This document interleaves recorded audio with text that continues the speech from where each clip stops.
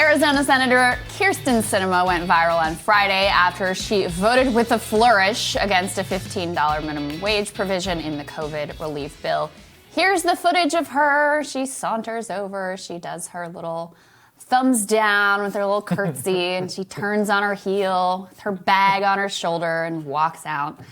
It was quite a moment, Sagar. Yeah, right. So Sinema may have some price to pay down in Arizona. 61% of people believe that passing major legislative bills more important than keeping the filibuster. That's according to a new poll there, which is included in Vox. So far, she has remained opposed to that. So could that come back to haunt her sometime in the future? Joining us now to discuss is contributing editor at Current Affairs, host of the Bad Faith podcast, friend of our show, Briahna Joy Gray. Good to see you, Briahna. How are you? It's good to see you both. I'm doing well. So what do you think in terms of the political consequences? People like Chris Hayes and others are always like, listen, we can't weigh in here because I've never won in a deep red state. Whatever. Arizona, by the way, is not even particularly deep red. And she actually won because of her opposition to ending Obamacare. So is she going to pay a price for this? I actually could certainly see a world where she does.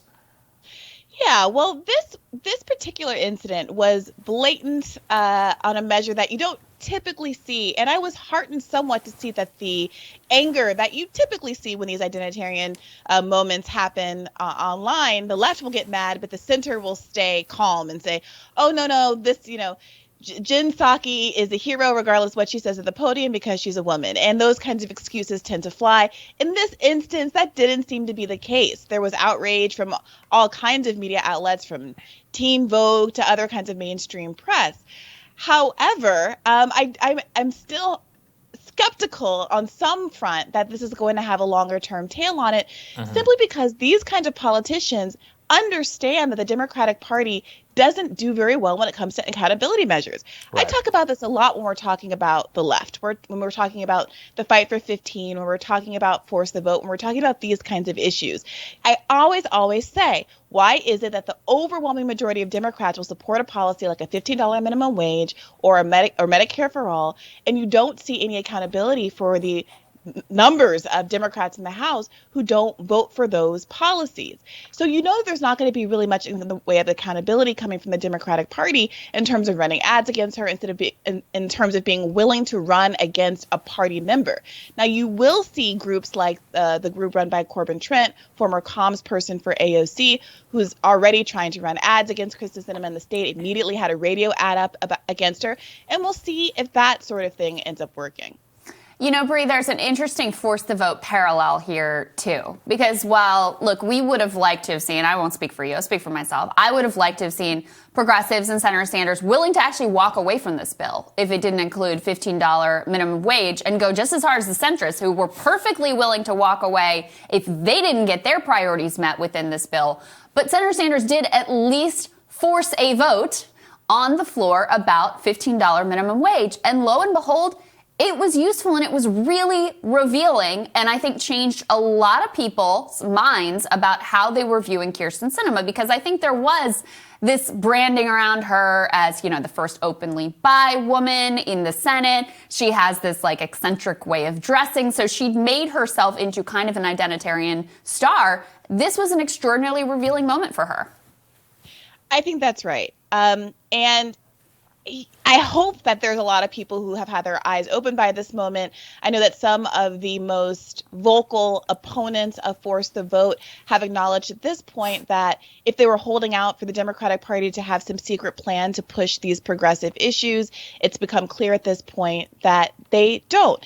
And remember, the same kind of leverage that exists in the Senate because of narrow majorities, the same, leverage that gives people like Sinema and Joe Manchin so much power, also exists in the House because of narrow margins, and a small group of progressives could also choose to hold up bills and say that this is a must-pass bill, and that means you must listen to the kinds of things that we have to say, especially since the policies that they are pushing are the policies that are overwhelmingly popular and won't get public backlash the way that Kyrsten Sinema is getting public backlash, that don't fly in the face of what their identity is supposed to stand for the way Kyrsten Sinema does, given that the overwhelming majority of minimum wage workers are, in fact, women. No, instead, progressives in the House could stand up for the kinds of policies that are reflective of both their ideology ideology and their identity and say we are going to exercise the leverage that we have from the narrow majorities in the House to fight for 15, to fight for Medicare for all, to fight for the kind of policies that America in the middle of a global pandemic and an economic crisis really, really need.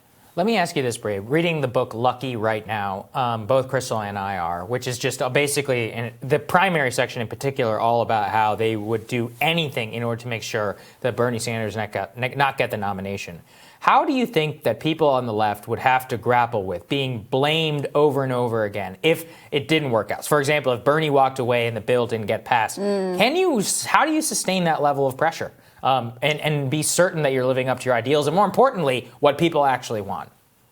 Okay, well, this is a really interesting question because the rationale that people like progressives, the Bernie camp, put forward for why they don't do things like that actually isn't the public backlash. What they say is, well, so many people are in need. Something is better than nothing. I actually care about my constituents. People like Joe Manchin can walk away because they don't actually care.